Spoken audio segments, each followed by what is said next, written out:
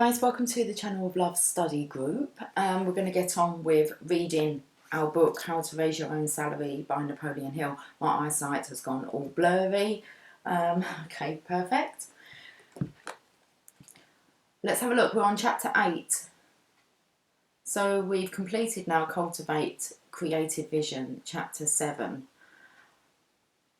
Chapter 8. Okay, let's just read this little quote first. Where we ended off last time. Edison failed 10,000 times before he perfected the incandescent electric lamp. The average man would have quit after the first failure, which explains why there are so many average men and but one Edison. Okay, chapter 8, exercise self-discipline. Perhaps there is no other word in the English language which describes the major requirement for individual achievement as does the subject of self-discipline. This entire philosophy serves in the main to enable one to develop control over himself, this being the greatest of all the essentials of success. In this chapter will be found a consolidation of the previous 7 principles. In this chapter, the way will be prepared for one to apply the 7 principles previously described. You have already observed how the principles of this philosophy blend with one another and are related, as are the links of a chain, in such a manner that not one of the principles could be omitted without weakening the philosophy. Through self-discipline, the power available through each of the principles of this philosophy becomes condensed and ready for application in the practical affairs of daily life. The effect of this condensation may be clearly described by comparing it with a group of electric batteries, each of the 17 principles of the philosophy representing a separate battery. By connecting the batteries properly, one has available the sum total of the power each individual battery contains. Self-discipline is the master battery through which the power of all 17 of the principles may be applied.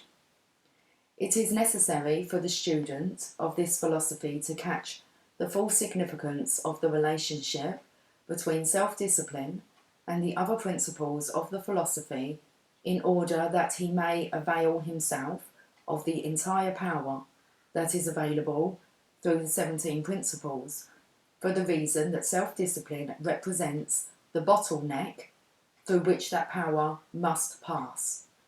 Mr. Carnegie has taken great pains to emphasize the necessity of self-discipline because he learned from his own experience in dealing with thousands of men that no one may hope to achieve noteworthy success without gaining control over himself.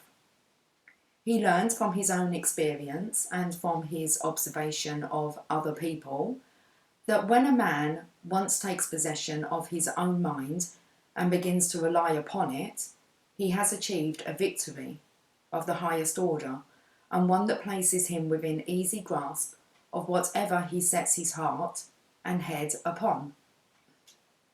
Self-discipline, then, may be defined as the act of taking possession of one's own mind.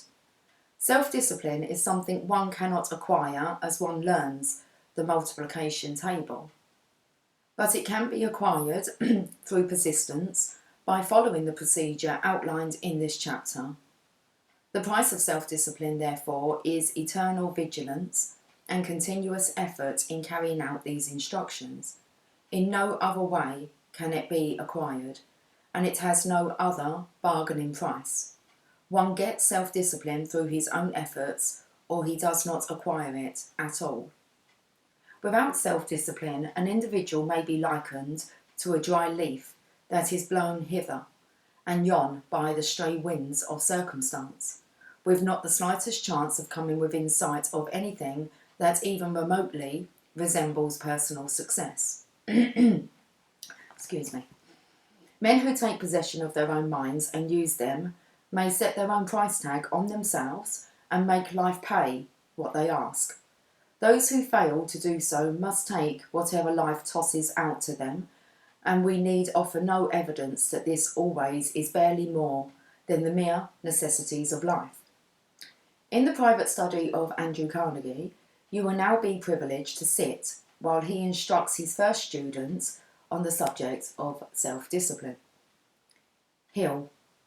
Mr. Carnegie, you have designated self-discipline as the 8th principle of individual achievement. Will you begin this interview by describing the part that self-discipline plays in personal achievement and indicate how this principle can be developed and applied in the practical affairs of daily life? Carnegie. Let us begin by calling attention to some of the uses of self-discipline. After that, we will discuss the methods by which this important principle may become the possession of anyone who is willing to pay the price. Self-discipline begins with the mastery of one's thoughts. Without control over thoughts, there can be no control over deeds. Let us say, therefore, that self-discipline inspires one to think first and act afterward. The usual procedure is just the reverse. Most people act first and think afterward, if and when they think at all. Self-discipline gives one complete control over the 14 major emotions, enabling one to eliminate or subjugate the 7 negative emotions and exercise the 7 positive emotions in whatever manner desired. Okay, let me just reread that part, guys. Self-discipline gives one complete control over the 14 major emotions, enabling one to eliminate or subjugate the 7 negative emotions and exercise the 7 positive emotions in whatever manner desired. The effect of this control becomes obvious when one recognises that emotion rules the lives of most people and largely rules the world. Although we have described the 14 major emotions in a previous interview, we are compelled to mention them again, for the reason that self-discipline must begin, if it begins at all, with a complete mastery of these emotions. The 7 positive emotions. Number 1, love. Number 2, sex. Number 3, hope. Number 4, faith. Number 5, enthusiasm. Number 6, loyalty. And number 7, desire. The 7 negative emotions. Number 1, fear. See 7 basic fears. Number 2, jealousy. Number 3, hatred. And in brackets it says prolonged. Number 4, revenge. Number 5, greed. Number 6, anger. In brackets temporary. Number 7, superstition. All these emotions are states of mind, subject to control and direction. The 7 negative emotions obviously are deadly if they are not mastered. The 7 positive emotions may also be just as destructive as the negative emotions if they are not organised, mastered, and guided under complete control. In these 14 emotions is the mental dynamite, which may lift one to great heights of achievement or dash one to the lowest depths of failure, and no amount of education, experience, intelligence, or good intentions can alter or modify this possibility. Hill. It seems obvious that lack of control of the 7 negative emotions may lead one to sure defeat, but it is not clear as to how one may use the 7 positive emotions for the achievement of desirable ends. Carnegie. I will show you exactly how the positive emotions can be transmuted into a driving power that can be used in the attainment of any purpose. I can best do this by describing the manner in which one man made effective use of his emotions. That man is Charlie Schwab, and my analysis of his use of emotions is based upon close association with him over a long period of years. Shortly after he began work with me, he made up his mind to become an indispensable part of my business family, thereby directing to a definite and the emotion of desire. In carrying out his desire, he applied all the principles of achievement mentioned in the previous interviews. A. Definiteness of purpose. B. The mastermind. C. Attractive personality. D. Applied faith. E. Going the extra mile. F. Organised endeavour. G. Creative vision. And H. Self-discipline. Through the principle of self-discipline, Charlie Schwab organised the other 7 principles and brought them under his control. Back of this self-control, he placed all of his emotional feeling and expressed it through his loyalty to his associates, enthusiasm over his work, hope of successful achievement in connection with his work, faith in his ability to achieve, and back of all these emotions, he was driven by the emotion of love for his wife, whom he was seeking to please by his achievements. The motive which inspired him to organise and use his emotion for the attainment of a definite end was the twofold motion of love and desire for financial gain, these two being at the head of the list of the 9 basic motives. Of course, Mr. Schwab made use of all of the other principles of individual achievement, which we have not yet mentioned, before he finally attained his goal, and he continued to use all the principles of this philosophy after attaining it, but the 8 principles we have covered were the ones he used at the outset. Hill: I think I understand what you mean, Mr. Carnegie. Will you check me while I describe my understanding of Mr. Schwab's rise to power? First, he decided what he wanted, thus putting into use the principle of definiteness of purpose. He adopted a plan for getting what he wanted and, judging by what you have said of him, he began carrying out his plan by going the extra mile, thereby making use of the principle of organised endeavour.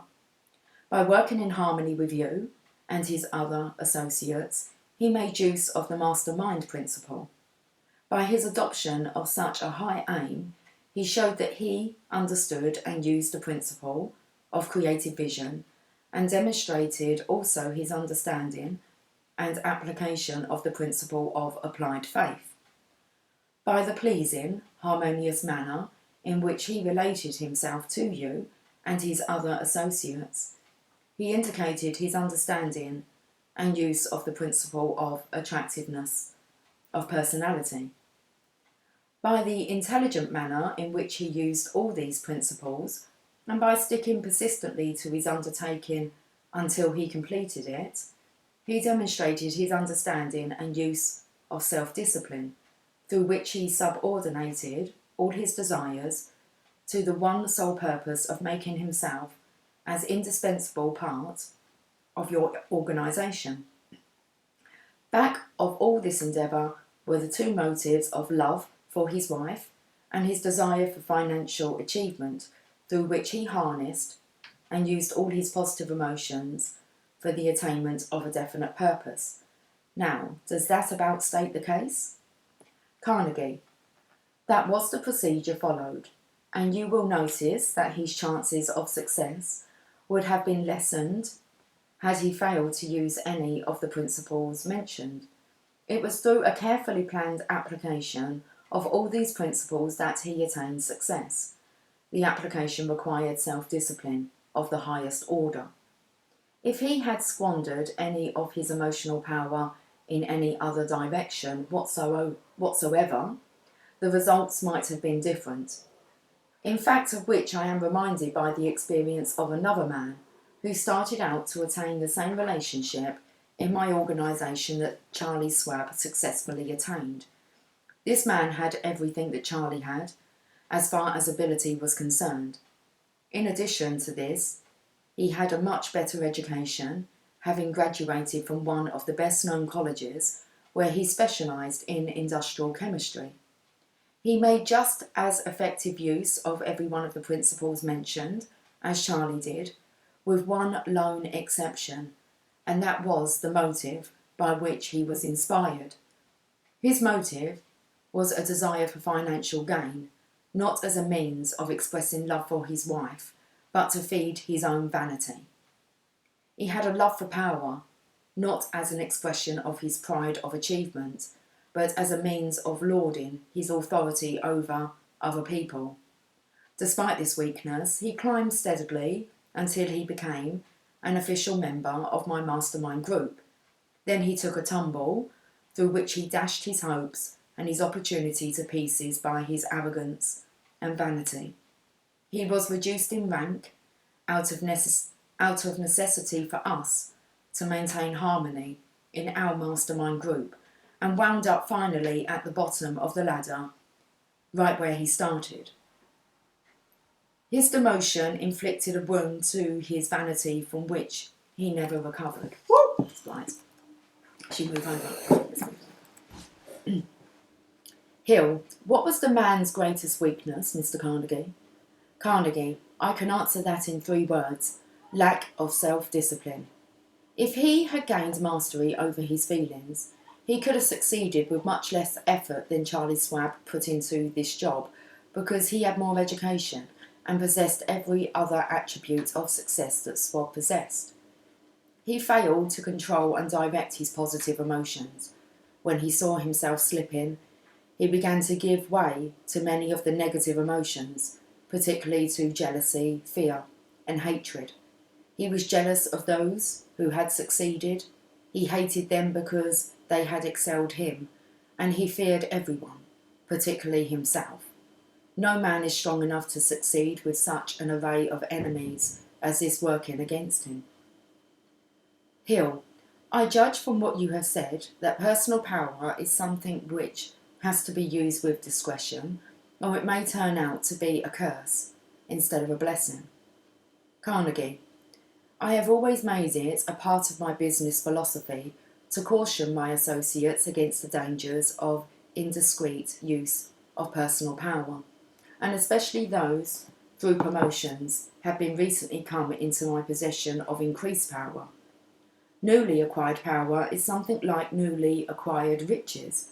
It needs watching closely, lest a man become the victim of his own power. Here is where self-discipline gives a good account of itself. If a man has his own mind under complete control, he makes it serve him in a manner that does not antagonise other people. Hill, if I understand you, Mr. Carnegie, self-discipline calls for a complete mastery of the 7 negative emotions and a controlled guidance of the 7 positive emotions. In other words, a man must stand with his foot on the necks of the 7 negative emotions while he organises and directs, to a definite end, the 7 positive emotions. Is that the idea? Carnegie, yes, but self-discipline calls for mastery over traits of character other than the emotions. It calls for a strict budgeting and use of time. It calls for mastery of the inborn trait of procrastination. If a man aims for a high station in life, he has no time to spend on non-essential activities other than those he needs for recreation, and these are not exactly non-essential. Hill, will you name the traits of character which most often stand in the way of self-discipline? Carnegie, the list is rather long, and it will be covered in detail in the coming interview on learning from defeat. However, let us assume for the present that the major enemies of self-discipline are the 7 negative emotions. These are the obstacles to which a man must give attention first if he wishes to be sure of success. Self-discipline begins with the formation of constructive habits, especially the habits connected with food, drink, sex, and the use of one's so-called spare time. Generally speaking, when a man gets these habits under control, they help to regulate all these other habits, and you will observe that the mastery of the 8 principles of this philosophy we have mentioned provides a man with everything he needs to shape his habits so they serve him constructively. Consider the example, what definiteness of purpose does to fix one's habits. When one begins to apply the principle of going the extra mile, he makes a long-term he makes a long step forward in the establishment of constructive habits. For in doing more than he is paid for, he is forced to budget his time to better advantage. Consider then what happens when a man becomes obsessed with a strong motive which he begins to express through the principle of organised endeavour in conjunction with the principle of creative vision. By the time he gets control of these principles, he has already gone a long distance toward the adoption of habits which, of themselves, constitute the finest sort of self-discipline. Do you see how this works? Hill: yes, I do. And I can see too that everything a man does centres around the major motive behind his definite major purpose. Motive really is the starting point of all achievement, is it not? Carnegie: that is right. But you should take care to say that one's motive must be obsessional. That is, it must be so strong that it impels a man to subordinate all his thoughts and efforts to its attainment. Too often people become confused between motive and a mere wish. Wishing will not bring success. If it did, everyone would be successful because all people have wishes. They wish for everything from the earth to the moon, but wishes and daydreams amount to nothing until they are fanned into a hot flame of desire based upon a definite motive, and this must become the dominating influence of one's mind. It must be given obsessional proportions sufficient to cause action.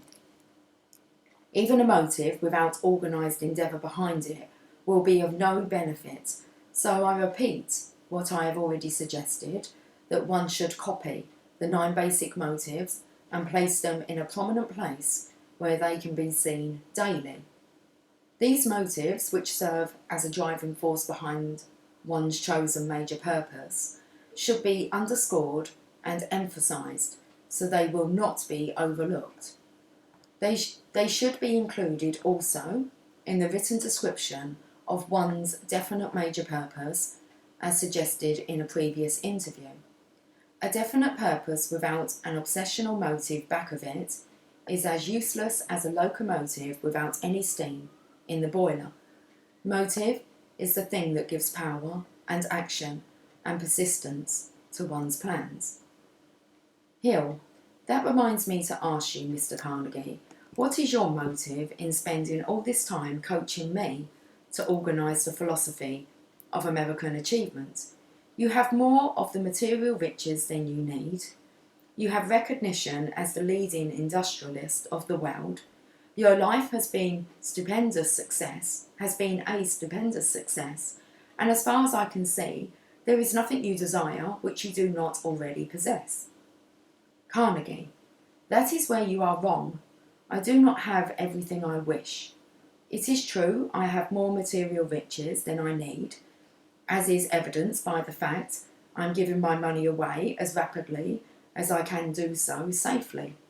But there is something I want more than all else, and it is an obsessional desire to provide the people of America with a safe and dependable philosophy by which they may acquire riches in their highest form, riches which will enable people to relate themselves to one another so that they may find peace of mind and happiness and joy in the responsibilities of life. My obsessional desire grew out of my experiences with people through which I have learned of the great need for such a philosophy. It is the exception rather than the rule when I find a man who is trying to benefit himself without damaging others. On every hand I see people unwisely trying to get something for nothing, although I know well enough that all they will get is grief and disappointment. My motive in helping to organise a dependable philosophy of individual achievement is the same as that which prompts some men to erect great monuments of stone to mark the spots where their earthly remains will finally rest. Monuments of stone crumble with time and go back to dust, but there is a type of monument which can be made eternal, and it will last as long as civilization itself. It is the monument a man may build in the hearts of his fellow men through some form of constructive service which benefits mankind as a whole. It is such a monument that I hope to build through your cooperation, and may I suggest that in helping me to build it, you may let it serve also as your own monument. Hill, I see your point, Mr. Carnegie. Was that your motive at the outset of your career? Carnegie, no, it was not.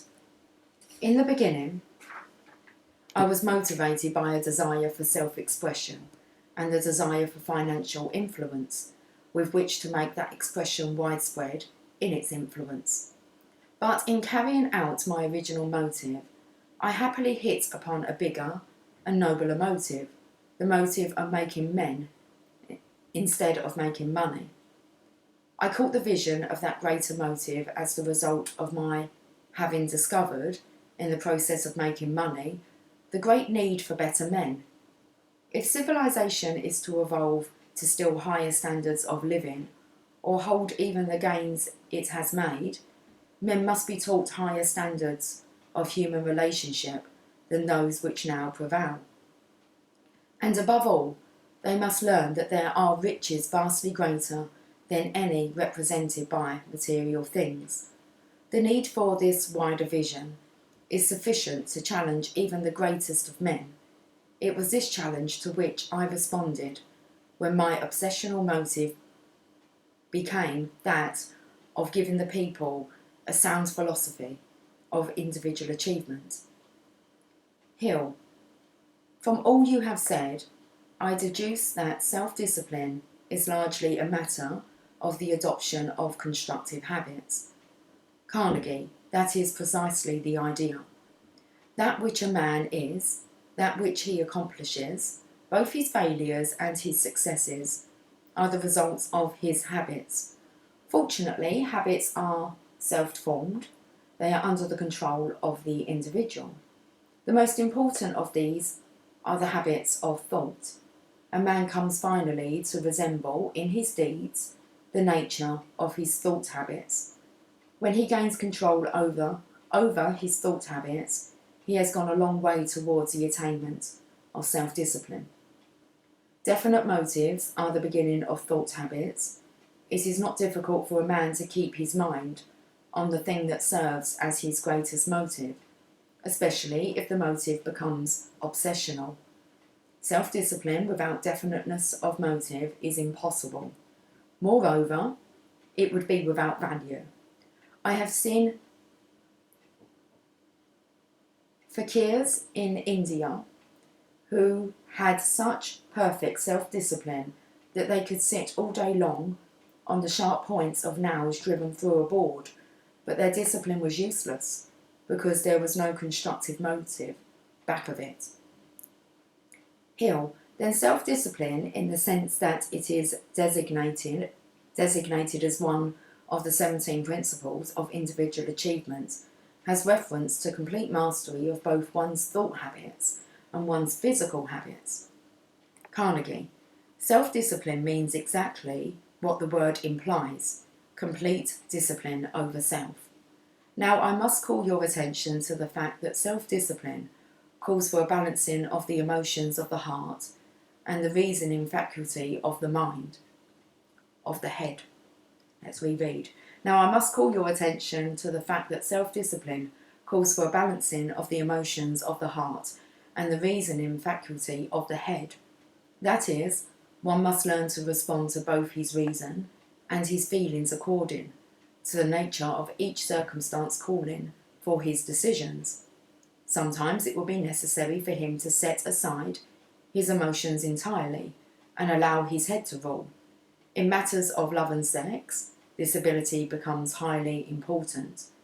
I have known men who had so little control over their love emotions that they were as so much putty. I have known men who have had so little control over their love emotions that they were as so much putty in the hands of a woman. Such men, needless to say, never accomplish very much that benefits them. On the other hand, I have seen men who were so cold and unemotional that they were under the control of their heads entirely. They too missed the better things of life. Hill, would it not be safer if a man controlled his life with his reasoning faculty, leaving the emotions out of his decisions and plans?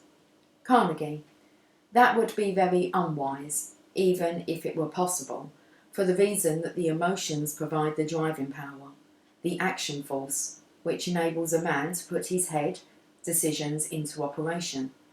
The remedy is control and discipline of the emotions, not elimination.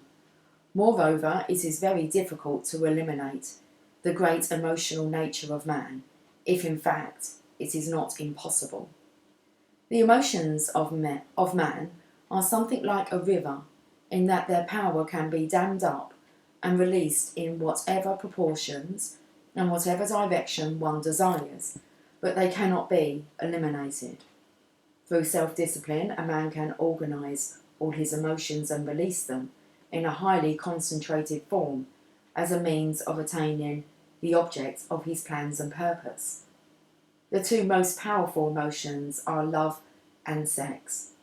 These emotions are inborn, the handiwork of nature, the instruments through which the Creator provided for both the perpetuation of the human race and for social integration, by which civilization evolves from a lower to a higher order of human relationship.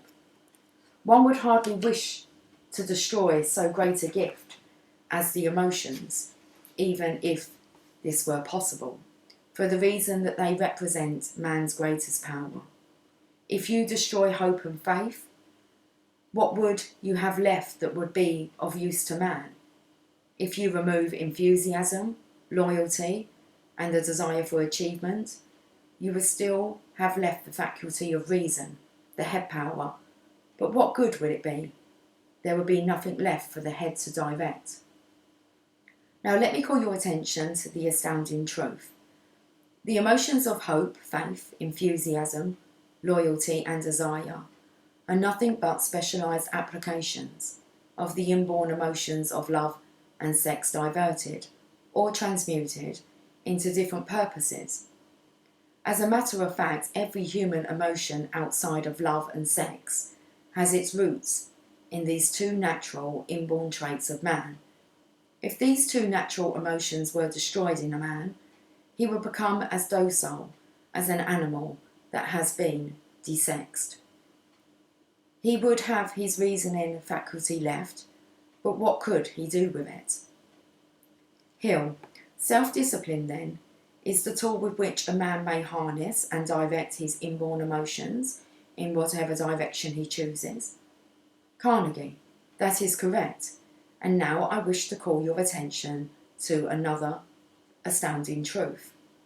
Creative vision is the result of self-discipline through which the emotions of love and sex are transmuted into some specialised plan or purpose. There has never yet been born a great leader in any form of human endeavour who did not attain his leadership by mastery and direction of these two great inborn emotions. The great artists, musicians, writers, speakers, lawyers, doctors, architects, inventors, scientists, industrialists, salesmen, and the outstanding men and women in all walks of life attain their leadership by harnessing and directing their natural emotions of love and sex as a driving force behind their endeavours.